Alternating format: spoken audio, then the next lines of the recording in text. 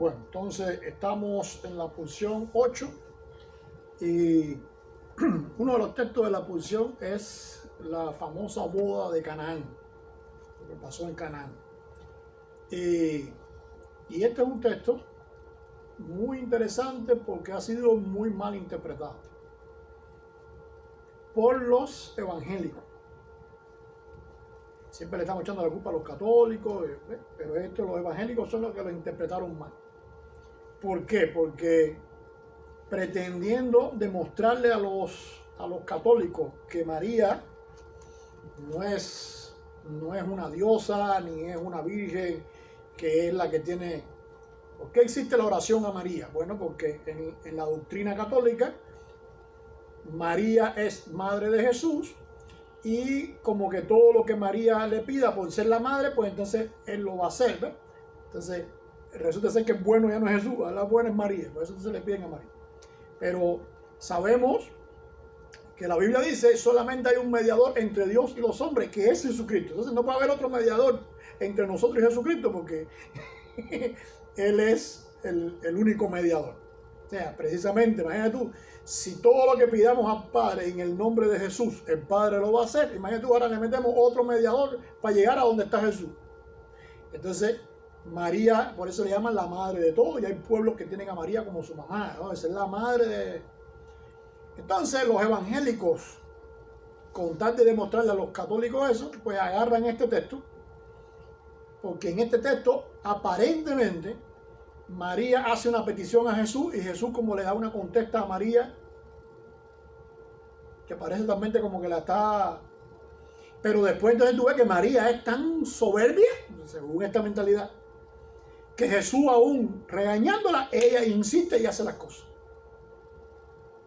O sea, por ejemplo, cuando vemos ahí dice, y faltando el vino, la madre de Jesús le dijo, no tienen vino. Jesús le dijo, ¿qué tienes conmigo, mujer? Oye, tú en la Reina Varela, ¿qué tienes conmigo, mujer?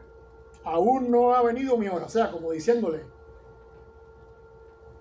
tú estás forzándome a hacer una cosa que no hay que hacer. Y dice entonces,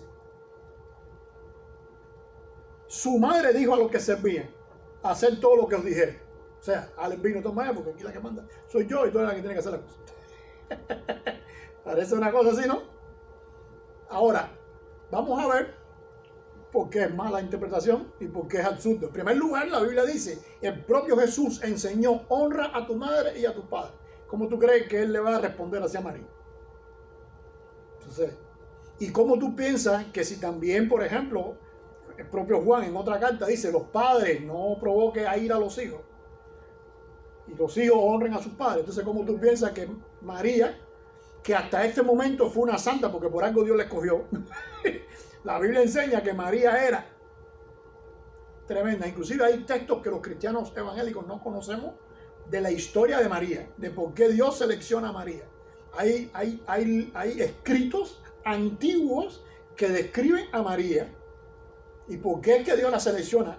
Inclusive María antes de conocer a José. Entonces, ¿quién era María?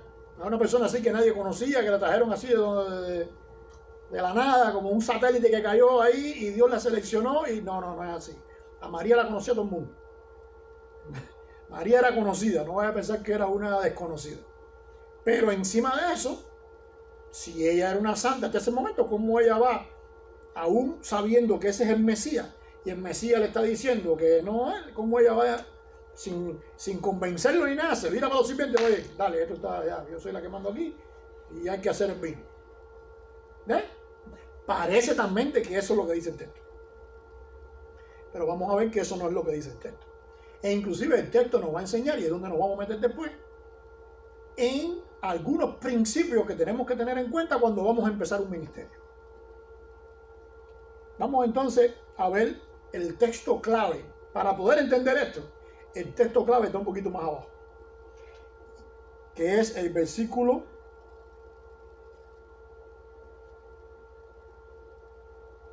11.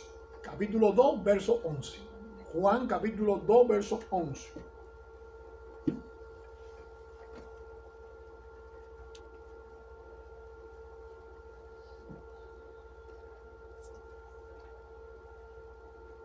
Pero para poder entender el texto, inicialmente tenemos que ver. En primer lugar, disculpen ahí un momento. En primer lugar, poniendo en contexto el texto, ustedes van a ver que los versículos anteriores a este capítulo 2, Jesús viene a donde está Juan. Juan dice, este es el Cordero de Dios. Empiezan algunos discípulos a sumarse a donde está Jesús. Esto va a ocurrir en Canaán de Galilea, que es bastante al norte. Juan estaba bautizando bastante al sur. Ya Jesús había ido al desierto y había estado 40 días y 40 noches en el desierto. Por eso entonces para llegar a Canaán se demoró 3 días. O sea, y todos los días fue pasando algo. En el camino a Canaán se encontró con los discípulos de Juan que se le sumaron.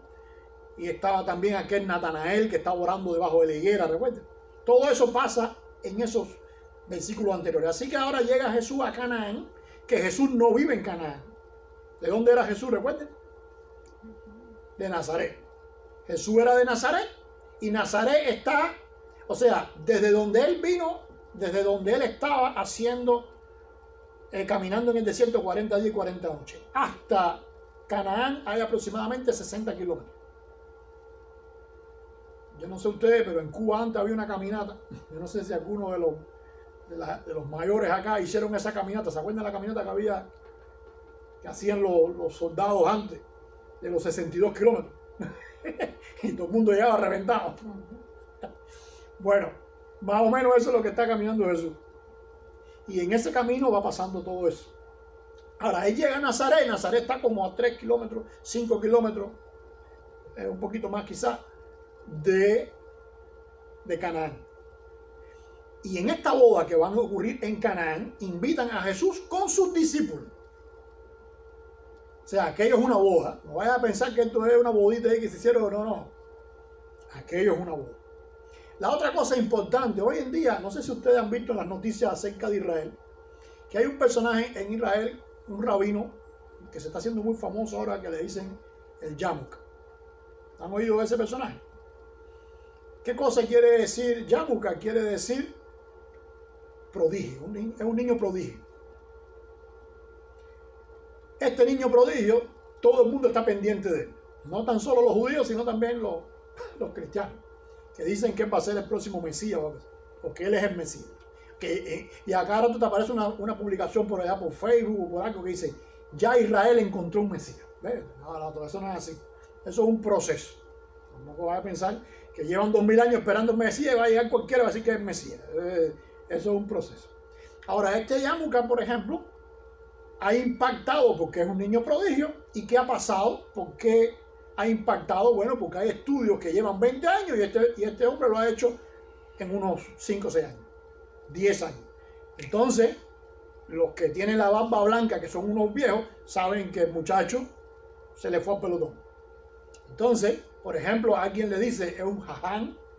¿Qué quiere decir un jaján? Un sabio. Pero ya ahora, por ejemplo, ya hay un grupo de los mismos judíos ortodoxos que le están diciendo gaón. Gaón quiere decir que es alguien más que jaján. Es como un director, como el cerebro de una universidad, o sea, ya está en otro rango. Y así, hasta que en algún momento pudiera ser que alguien diga, bueno, ya ahora sí lo vamos a proclamar Mesías.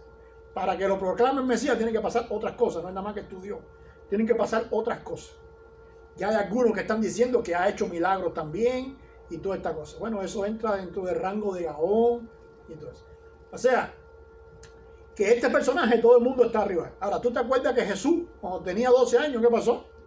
Fue al templo, habló con los rabinos que estaban en el templo, en su bar mitzvah, impactó, porque en el bar mitzvah todo el mundo te hace preguntas y tú respondes. Él no tan solo le hicieron preguntas y respondió, sino también hizo preguntas y no le podían responder. Entonces, Jesús, desde pequeño, primero porque es hijo de María, que todo el mundo sabe quién era María, una muchacha muy especial, porque se crió entre sacerdotes y toda esta historia. No voy a pensar que María, como te decía, no era vendedora de bolsitas ni nada de eso. Entonces, encima de eso tiene un hijo, y este hijo, que hay un poco de misterio alrededor de él, porque si es el hijo, si no es el hijo del padre, pero también cuando hizo su bar mitzvah impactó. O sea que ya está sobresaliendo como un yamuca, está sobresaliendo como alguien importante. Ya entonces la gente empieza a llamarle rabino. En aquella época rabino no era una persona como un pastor, no era una persona que dirigía una congregación. Rabino era un título. O sea, nadie estudiaba y se hacía rabino. ¿Ves? En aquella época no. En aquella época era como decir una cosa honorífica. O sea, algo, oh, fulano. ¿Ves? Entonces le decían rabino. Y dentro de eso aparecía rabino, raboni, raf, rebe. Hay una serie de que al final todos son de la misma palabra, pero como que te van subiendo de rango. O sea, que tú tienes que pensar que Jesús está pasando eso mismo. Muy parecido. O sea, cuando tú mires hoy lo que está pasando con este personaje Yamuca en Israel, algo parecido es lo que estaba pasando con Jesús en aquel tiempo. Por eso cada vez que llega a un lugar lo quieren poner a leer, lo quieren poner a hablar, lo quieren poner a predicar. ¿Por qué? Porque él con 30 años solamente que tenía Jesús, ya ha demostrado que está en otro nivel. ¿Entienden ahí? Y va escalando. Entonces, ¿qué pasó en esta boda? Lo invitan a él. ¿Y a quién más? Y a sus discípulos. No es a él solo, y a sus discípulos. ¿Por qué? Porque ya lo están viendo como una entidad, lo están viendo como una institución, lo están viendo con... No todo el mundo tiene discípulos. ¿Ya entienden la cosa? O sea, va cogiendo fuerza. Así que entonces viene esta boda, lo invitan. No es porque él sea... Invitan a María, lo invitan a él e invitan a sus discípulos. ¿Me van ahí conmigo? Y si son sus discípulos, pues entonces ya tú tienes que pensar que la boda no es una boda chiquitica. Porque para tú invitar a unos discípulos que tú no conoces, que vienen de otros pueblos, porque esta gente son de Capernaum, Pedro, toda esta gente son pescadores. ¿Te acuerdas que eran pescadores? ¿Pescadores dónde? En Galilea. O sea, que ellos no son de ahí de Canaán, ni de Nazaret, ni tienen nada que ver con la familia de Jesús. Y los invitan a ellos. ¿Por qué? Porque son discípulos de Jesús.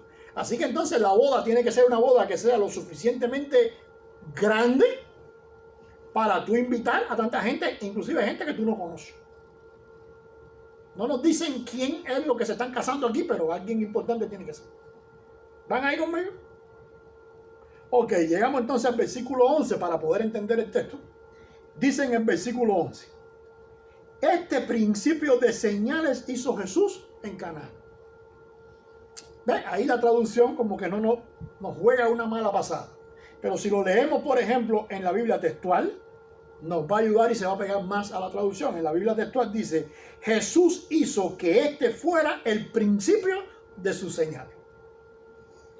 O sea, ¿quién planificó el estar allí y hacer todo eso? No es María. Si tú lees el texto, parece realmente como que María lo está forzando a hacer ¿cómo se llama? El vino, pero no fue María. ¿Quién fue el que planificó todo? Él. Ahora, la pregunta que le hizo María tiene un poquito más de sentido. Vamos a leer la pregunta que hizo María. Versículo 3. Faltando el vino, la madre de Jesús le dijo: no tienen vino. Ella no le ha dicho que haga nada. Ella nada más le dijo: no tienen vino. ¿Y qué dijo Jesús? ¿Qué tienes conmigo, mujer? ¿Qué quiere decir eso que tienes conmigo, mujer? No es que él la está diciendo, pero ¿por qué tú te metes en lo que no tienes que meterte? No es eso. Es qué relación, o sea, qué armonía, qué coordinación tú tienes conmigo. Si fuera Efraín el que estuviera diciendo eso, le dijera: estás puesta, María. ¿Ya entendieron? Esa frase cubana cae ahí en el 20. Él lo que le está diciendo es: estás coordinada. ¿Entienden ahí? ¿Por qué? Porque él fue el que planificó eso. Y él estaba esperando el momento de hacer lo que tenía que hacer. Y María le dice: falta el vino. Eso es lo que yo estaba esperando. ¿Entienden ahí?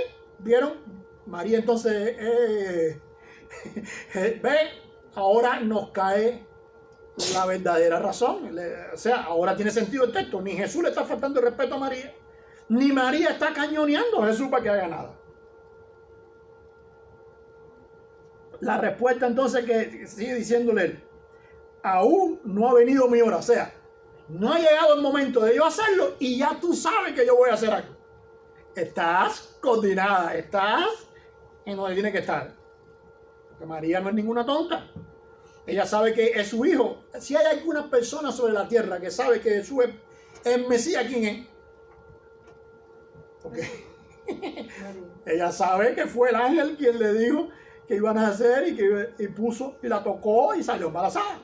O sea, ella sabe y sabe que llega un momento, si tú fuiste al desierto, si tú ahora caminaste aquí 60 kilómetros y ahora tú tienes discípulos y te están invitando a la fiesta porque tú eres ahora un personaje que tiene discípulos, ya no eres simplemente un yamuca, ahora eres una persona influyente, subiste de nivel, pues algo tú tienes que hacer. María entonces dijo, esta es tu oportunidad.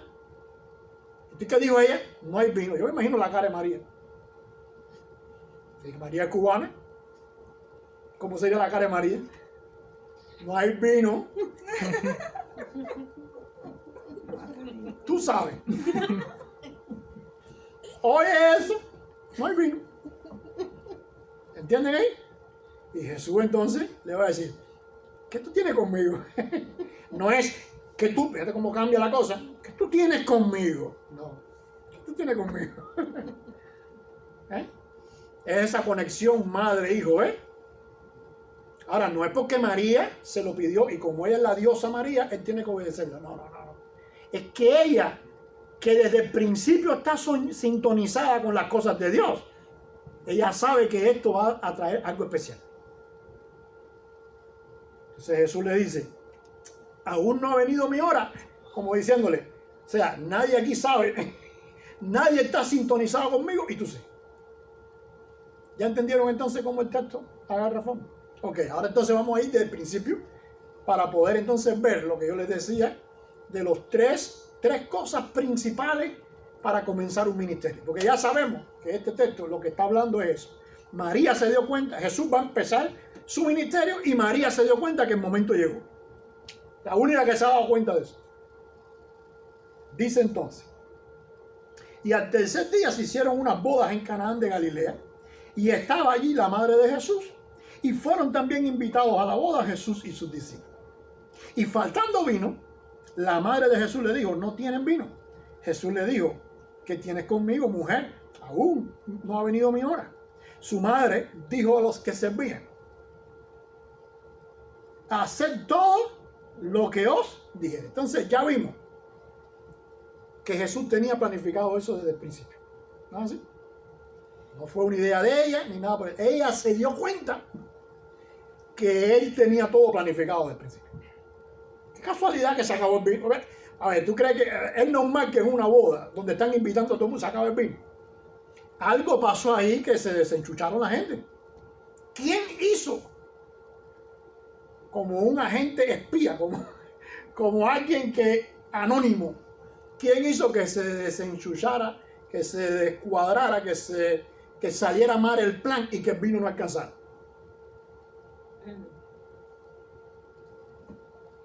¿Entienden? Así que María, que no es tonta, dice, aquí tú lo tienes todo planificado. O sea, el primer paso entonces para comenzar un ministerio, y ahora que estamos comenzando un ministerio aquí en Tampa, o sea, comenzando en otro nivel, ¿qué cosa es lo primero que hay que hacer? Bueno, lo primero que hay que hacer es tener claro de a dónde tú vas, determinar las cosas, tener, ¿cómo se llama? Conciencia, la palabra, tener conciencia de lo que tú vas a comenzar. O sea, no es simplemente que nos reunimos a cantar y que nos reunimos. No. Estamos comenzando en este lugar una visión, una forma de hacer las cosas que creemos que es a la medida de los tiempos antiguos de la iglesia. Eso en cuántos lugares de aquí, de Wimauma, de Riverview, de esta zona de Tampa, existe eso. ¿Cuántas congregaciones existen con la misma visión? Entonces tú tienes que tener conciencia de que lo que tú vas a empezar es algo definido. ¿Qué cosa es? ¿Por qué? Porque hay cosas que tú tienes que estar, ¿cómo se llama? Adelantándote y preparando para eso que tú quieres. No todo lo puedes dejar a la casualidad. O sea, Jesús no llegó a la boda y de buena primera María dijo, no hay vino. Y entonces Jesús a esa hora, bueno, ¿qué se me ocurre? Estuvo como media hora pensando, ¿qué se me puede ocurrir? No. Estaba todo planificado. María, que tenía visión, se dio cuenta que todo estaba planificado. Y siguió el paso más, siguió el ritmo. Y le dio entonces la clave. Pero no era que Jesús estaba perdido en eso.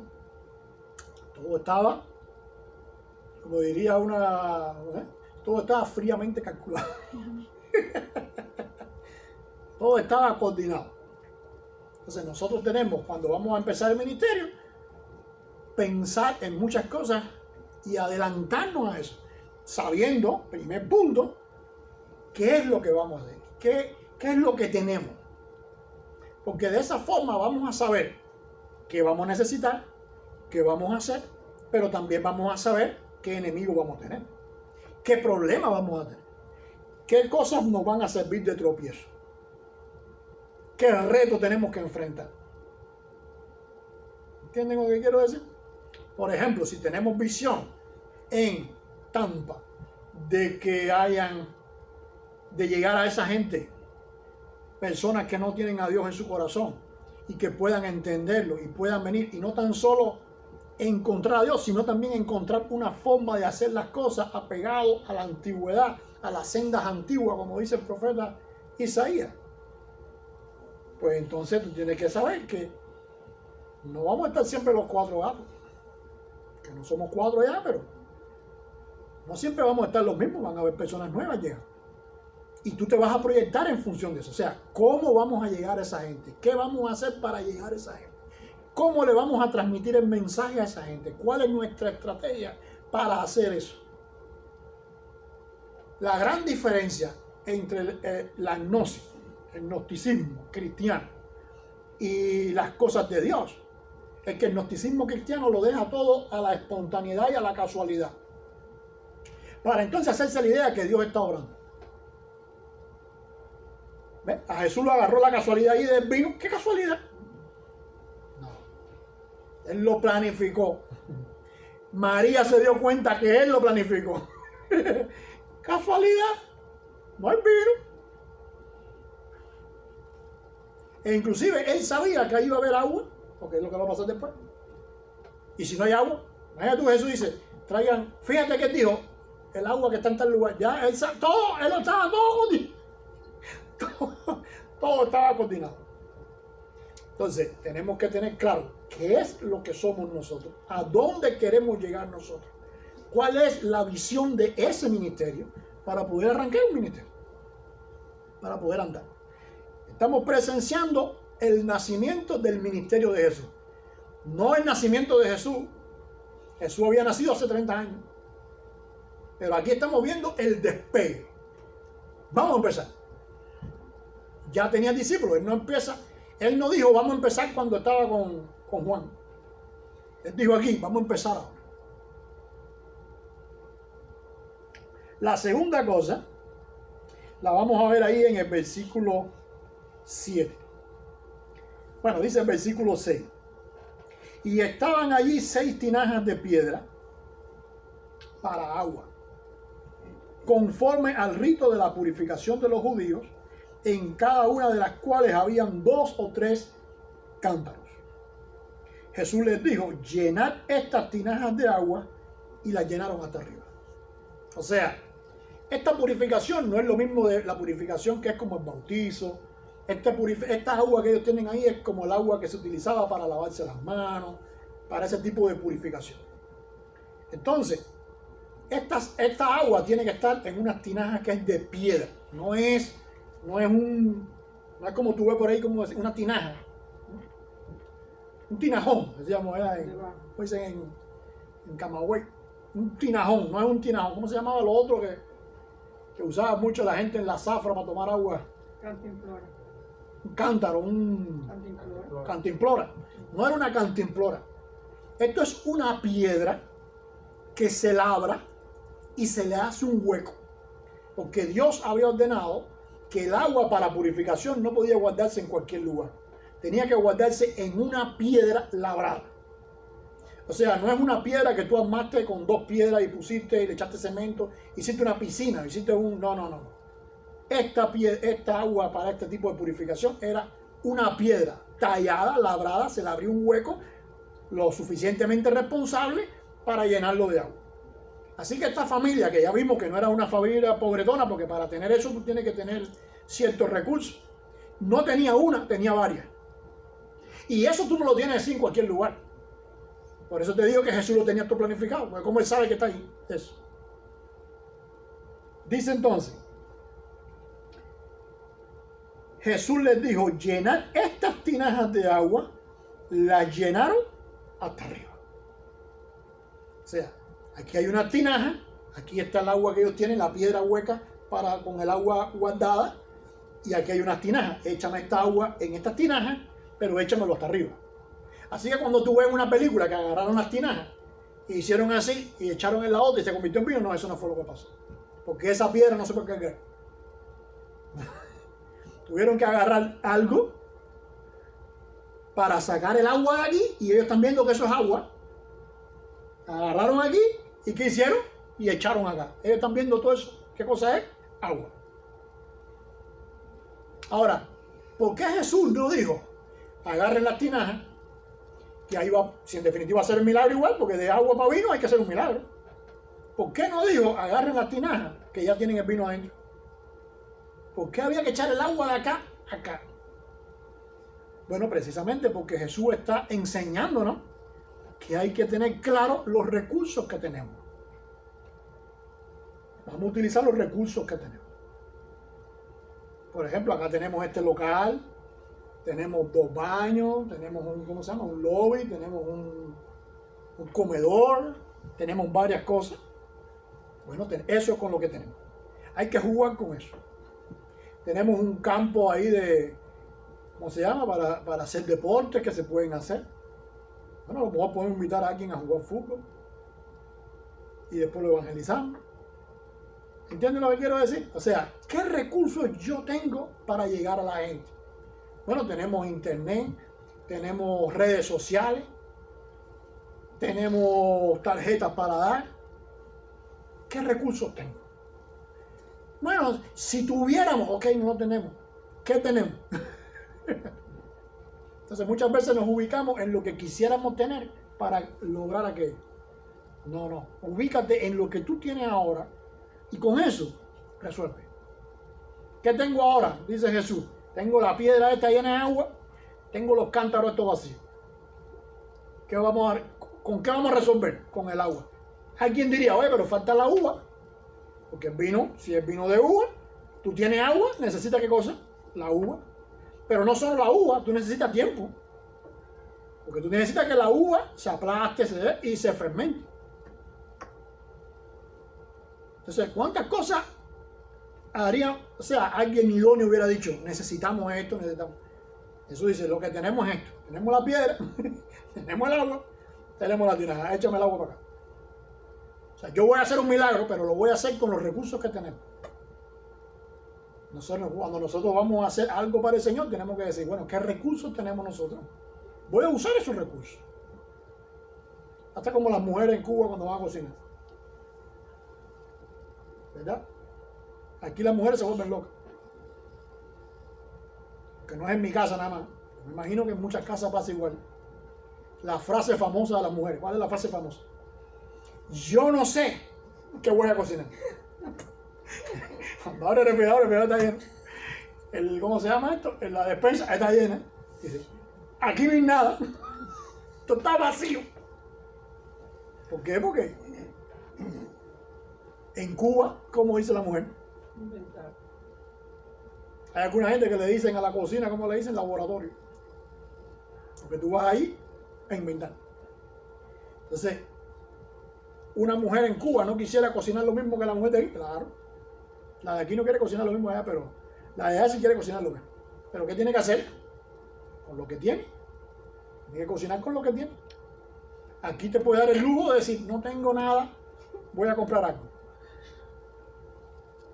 ¿Ves? Después viene con una toalla. Después viene con un mantel, pero bueno, tuvo la intención. Pero allá en Cuba, ¿a dónde es que tú vas a comprar? ¿Qué te toca? ¿Qué es lo que te toca? Lo que tiene. Como una hermana, ¿no? ¿Se acuerdan? Eso es lo que están hablando. Una hermana que fue a comprar el yuca a Burlington. Y había frita. Bueno, entonces, con lo que tú tienes, esos recursos son los que tú tienes que usar. ¿Qué recursos tenemos en Way Up aquí en Wimauma? Lo que tenemos. Esos recursos son los que... Ahora tenemos otros. Por ejemplo, este local. Hace un mes atrás no teníamos este local. Ahora lo tenemos. Vamos a usarlo. Vamos a usar el recurso que tenemos. Tenemos un recurso nuevo. Y este recurso viene convoyado con varias cosas. Vamos a usarlo. Ah, pero espérate. También tenemos las casas que usábamos antes. Bueno, tenemos dos entonces. Tenemos este más las casas. Tenemos dos recursos. ¿Entienden ahí? Entonces, ok, nuestra misión ¿cuál es? Ir por todo el mundo y predicar el evangelio. El verdadero evangelio. Vamos a predicar el verdadero evangelio. Vamos a predicar las sendas antiguas. Vamos a predicar al Jesús que salva. All right. ¿Qué recursos tenemos? Estos. Vamos a usar esos recursos. ¿Me entienden? No es que voy a salir y si alguien me pregunta que entonces le predico. No, no, no. Vamos a pensar cómo llegamos a esa gente.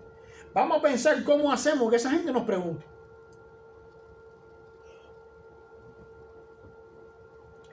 Así que tenemos entonces dos cosas primeras.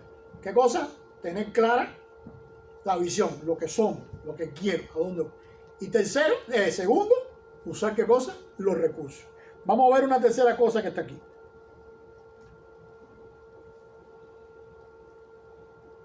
Y se lo llevaron. Cuando el maestresala probó el agua hecha vino, sin saber él de dónde era, aunque lo sabían los sirvientes que habían sacado el agua, llamó al esposo y le dijo, todo hombre sirve primero el buen vino. Y cuando ya han bebido mucho, entonces el inferior. Esa es picardía judía. ¿Por qué? Porque cuando tú bebiste mucho, estás medio borracho. Pues está, como dice, supongamos que no, ellos son espirituales y no se emborrachan, a menos que llegue Purín. Pero entonces, vamos a pensar como dice el proverbio, el vino alegra el corazón, están alegres. Entonces tú le traes un vino malo y como ya están alegres, le da lo mismo como es este. ¿Por qué? Porque cuando tú no tienes el vino todavía, no lo has tomado, no estás en sangre, el primero que tú pruebas, tú estás clarito. Y como tú estás clarito, probaste, dijiste, este vinito está viejo, este vinito está no sé qué. ¿Ves? Pero cuando el vino es bueno, tú dices, wow. Después entonces, al otro día, oye, ¿cómo estuvo el vino en la boda esa? Espectacular. Y no sabes que al final te metieron el vino con agua o medio jorobado, y entonces, pero tú lo viste, porque el primero, ¿qué cosa es? El que impacta, ¿es así? Eso es lo que le está diciendo el maestresala. Entonces, ¿qué pasó? Que resulta ser, dice, todo hombre sirve primero el buen vino, y cuando ya han bebido mucho, entonces el inferior. Mas tú has reservado el buen vino hasta ahora. O sea, resulta ser, porque el maestresala ese es su trabajo no es emborracharse ni estar con el corazón alegre. Su trabajo es probar, catar. Cuando él hizo así que cató, dijo, oh, perdón un momentico. No tiene lógica. Entonces, el vino que hizo Jesús, ¿cuál fue? Es bueno. Entonces, hay que transformar las cosas. ¿Cuál sería la tercera cosa para empezar un ministerio? Transformar. Ya no es solamente lo que tenemos, sino que lo que tenemos, transformarlo. Ok, lo lógico, si ahora nosotros pasamos un curso de evangelismo, por ejemplo, tenemos la Operación Andrés. ¿Se acuerdan? Una vez hicieron eso allá en Montavila. ¿Se acuerdan? ¿No llegaron a acordar de eso? La Operación Andrés, que tienes una lista de 10 personas. Y va, aquí lo hemos hecho, creo que lo hicimos en una ocasión, algo parecido. Y cada persona tiene 10 y tú vas a interactuar con esos 10 y vas a llegar. Entonces, hay una serie de pasos para hacer. Cuando a mí me tocaba enseñar eso en el seminario a los seminaristas, la Operación André, por ejemplo, yo le decía, el mayor fallo que hay, ¿tú sabes cuál es? Querer hacerlo tal y como está ahí. Hay cosas que tú no puedes violar. O sea, hay pasos que alguien lo pensó, que dan resultados y que no hace falta ahora experimentar. O sea, esto da resultado, esto da resultado, esto da resultado. ¿Cuál es el punto ahora? Bueno, que dentro de este orden que da resultado, tú entonces le pongas lo tuyo, le des tu toque, le hagas su transformación a cada cosa. Por ejemplo, en la Operación Andrés, usted le decía a las personas, a esos 10, estoy orando por ti. Tú no le has predicado el evangelio, tú nada más que le dijiste, estoy orando por ti. Nadie va a decir, cuando tú le dices a quien voy a orar por ti, nadie te va a decir, por mí no ores. Todo el mundo que dice, ay, qué gracia, qué bueno. ¿Ah? Y más si tú le dices, estoy orando por ti para que todo te vaya bien. ¿Quién quiere que las cosas le vayan mal? Ah, qué bueno. Pero entonces te metes un mes, estoy orando por ti para que todo te vaya bien. Estoy orando por ti, porque dice el Pablito que hay que orar. No, pero un momentico, ya tú se lo dijiste una vez. A la segunda, cámbiale la dosis. Dile otra cosa. Dile, ven acá, ¿hay algún motivo especial que tú quieres que yo ore? No porque yo no tengo para resolver nada, pero yo quiero pedirle a Dios. Y quiero pedirle a Dios por ese motivo tuyo. Todo el mundo tiene algo. Y a lo mejor tiene algo súper grande que no se lo ha contado a nadie, pero lo tiene secreto. Porque piensa que es imposible que se resuelva ese problema. Y te lo confiesa. Y dice, bueno, yo quisiera que ore por esta situación que no tiene solución. Entonces, esta situación no tiene solución, vamos a orar. Y tú oíste y oraste. Ahora, todos los días tú vienes, ¿quieres que ore por ti algo especial? No, pues ya tú se lo dijiste una vez. Otra cosa que tú puedes inventar, ¿qué cosa es? Oye, ya oré por eso. Cuando nada más que pase algo que cambie la cosa, dímelo. Porque entonces no quiero solamente orar, quiero también decirle a Dios, oye, gracias por bendecir a esta persona. Yo quiero orar por mi bendición. O llega un momento que tú le puedes decir, ¿tú crees que podamos hacer una oración juntos? Yo voy a hacerla contigo. Sí, pero yo nunca he orado, yo no sé. Bueno, acá un momentico, tú nunca has orado, pero yo voy a orar. Ah, pero tú te piensas que tú eres una santa o que tú eres un santo. No, yo no soy nada. Yo voy a hablar con Dios a ver si Dios obra eso. O sea, tú le pones a Dios, ¿qué hiciste? Tú le predicaste el evangelio. Ya se está predicando. Todavía no le has explicado que Cristo murió. Tú no le has dicho nada de eso. Tú nada más que le estás diciendo. Entonces, ¿qué hiciste? El recurso de la Operación Andrés, le fuiste dando tu transformación en dependencia de la situación, en dependencia de la persona. Por ahí tú no has visto personas, por ejemplo, que tú entras a una tienda y te encuentras una persona con un paco de tarjetas repartiendo. A lo mejor está evangelizando. ¿Podemos hacer lo mismo? Claro que podemos hacer lo mismo. Pero ¿tenemos que hacer lo mismo? No tenemos que hacer lo mismo. A lo mejor tú, en vez de pararte en Walmart a repartirle tarjetas a todo el mundo, tú hiciste así y le diste tarjetas a las personas que vas conociendo, que son ahora amistades o que son vecinos que ya tú conoces. Oye, mira, te voy a dar esto. ¿Y esto qué cosa es? Eso es una invitación para una comida que vamos a hacer en casa de Julia. Es profético. Vamos a hacer una comida en casa de Julia. Pero Julia vive lejos. No, mira. ¿Entiendes la cosa? ¿Qué recursos tú tienes? Julia, su casa, la comida. ¿Qué inventamos? Un momento especial para eso. Oh. Entonces Jesús lo que está haciendo es eso. Tiene la piedra, tiene el agua, pero él no le va a dar agua al tipo. ¿Qué es lo que hacía falta? Vino. Vamos a hacer vino. Inclusive este texto, hoy no iba a hablar de eso, ni voy a hablar de eso, pero este texto es sumamente interesante porque ¿qué tiempo se metió Jesús en hacer ese vino? ¿Qué tiempo demoró? Eso fue hechizo. Sin embargo, Maestresala, si tú le preguntas a Maestresala cuánto se demoró ese vino en hacerse, ¿qué te hubiera dicho Maestresala? Ah, eso llevó años, meses. No, porque esto es un vino especial, esto no se hizo como quiera. Esto tuvieron que echarle uva, mira, esto tuvieron que echarle levadura, mira, esto tuvieron que fermentarlo así de esta forma. Si no, esto no sale. Y tú que te sabes la historia, ¿Cómo fue la cosa? Échale agua. Bueno, lo mismo sucede con la creación. Con la creación sucede igual. El mundo coge una piedra y dice, esta piedra tiene 100 millones de años. Lo mismo hubiera dicho el catador. Esta piedra tiene 100 millones de años. Pero tú que leíste la Biblia sabes que cuánto tiene esa piedra. Si es antigua, lo más que puede tener son 5.000 o 6.000 casi. ¿Y cuándo le hicieron? En 6 días. Ah, no. La ciencia se pone a calcular y lo mismo que hace el catador. Bueno, por mi cálculo, sí, por tu cálculo necesita 100 millones de años, pero por lo que fue así. Dios, eso nos muestra que Dios tiene el control sobre todas las cosas. Decíamos al principio que Jesús tenía control ¿de qué? De la situación. ¿Quién se dio cuenta de aquello? María. ¿Quién tenía control? Él. ¿Quién tiene control de tu situación? Dios. ¿Es tu situación demasiado complicada para Dios? No. Solamente tienes que pedirle a Dios. Es demasiado imposible que esto se pueda llenar de personas que no sean falsas y que realmente deseen buscar a Dios, porque a veces decimos, bueno, pero los que estamos somos gente buena, entonces vienen gente que tal vez cuando viene a ver joroban la visión de Way Up y empiezan a inventar cosas. Ya hemos pasado por experiencias así, ¿verdad?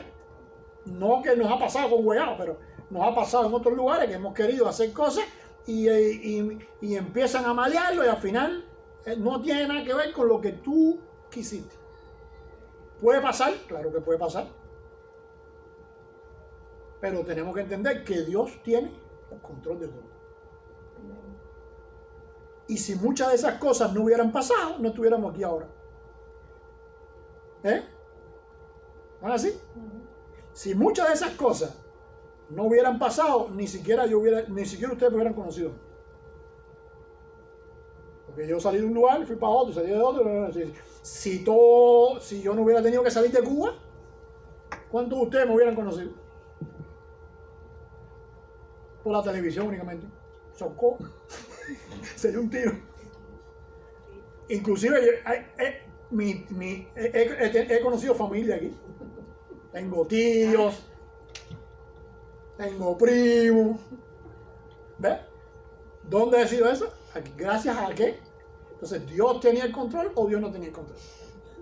No es una bendición que tú me hayas conocido. No es una bendición que tú tengas sobrino ahora. Y que tú tengas primo.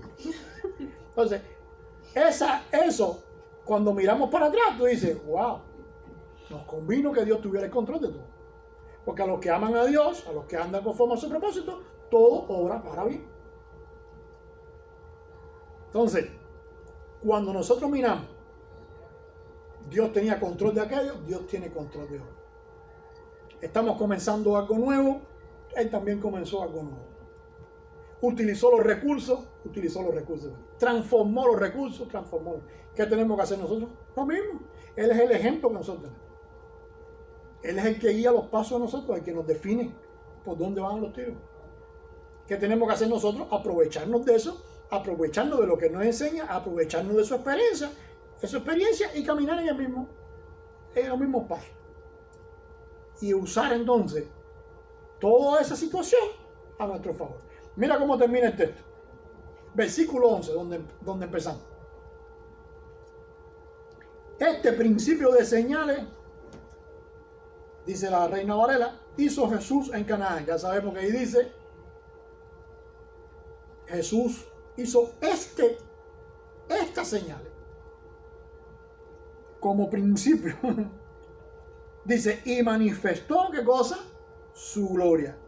Y sus discípulos creyeron en él. O sea, él lo hizo para que la gente de la boda, ahí todo el mundo disfrutó. El maestresala se quedó frío. La gente que le llevó el agua, fíjate que dice, él no sabía nada, pero los que llevaron el agua sí lo sabían, que era agua, no era vino. Toda esa gente se nutrió de aquello que estaba pasando. ¿Será que tomamos demasiado vino? Me imagino que alguno se preguntó, ¿será que tomamos demasiado vino y vivimos aquí cosas que no es? Sí, porque a esa hora todo el mundo justifica lo que es. Pero ¿para qué lo hizo Jesús? Para los discípulos. Y sus discípulos creyeron en él. Después de esto descendieron a Capernaum. O sea, ahora van a ir allá a donde pescaba Pedro. Por allá hoy en día existe en la arqueología un lugar que le llaman la casa de Pedro, que en realidad no es la casa de Pedro, pero es una ruina que da la impresión de una cosa de aquella época, y entonces le llaman la casa de Pedro, pero tú ves que el agua está ahí pegado. O sea, porque es en la orilla del mar, eran pescadores. Dice, después de esto descendieron a Capernaum, él, su madre, sus hermanos y sus discípulos. Y estuvieron allí no muchos días. ¿Por qué? Porque algún otro plan ahora él tenía en mente. Entonces te das cuenta que todo lo que hizo Jesús era ¿con qué cosa? Con un plan en mente. ¿Su plan cuál era? Sus discípulos solos. Aquí dijo que los discípulos. Pero ¿cuál era su plan? ¿Los discípulos o la humanidad? O sea, el plan iba más allá, pero necesitaba a los discípulos. ¿Por qué? Porque él tenía que morir en la cruz. Y después que muere en la cruz, ¿quién predica? ¿Quién enseña? ¿Quién lleva? Necesita a los discípulos. Así que ahí empieza a trabajar con los discípulos. ¿Y quiénes vivían en Capernaum?